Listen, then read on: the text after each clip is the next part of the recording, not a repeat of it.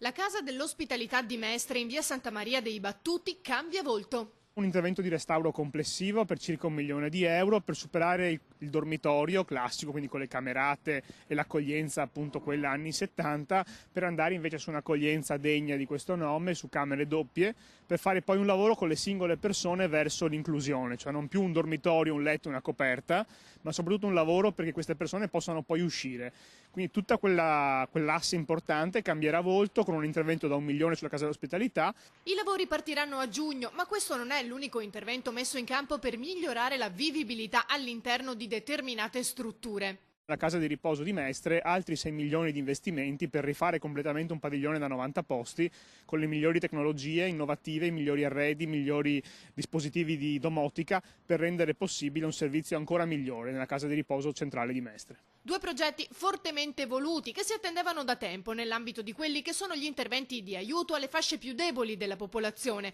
ma che vanno anche a rendere più accoglienti determinate zone di Mestre. Sempre nell'ambito delle persone più deboli, la cui voce è più flebile, e quindi l'intervento assume maggiore importanza perché mentre un comitato si organizza per sistemare i marciapiedi, pochi possono in qualche modo organizzarsi per lavorare con gli ultimi. E quindi in questo caso e senza dimora da un lato, ma anche l'anziano, il più delle volte solo o privo di rete dall'altra parte, troverà un servizio fortemente migliorato, ma la stessa zona di Mestre sarà molto riqualificata perché due interventi di così grande portata garantiranno sicuramente una riqualificazione estetica anche dell'intera via.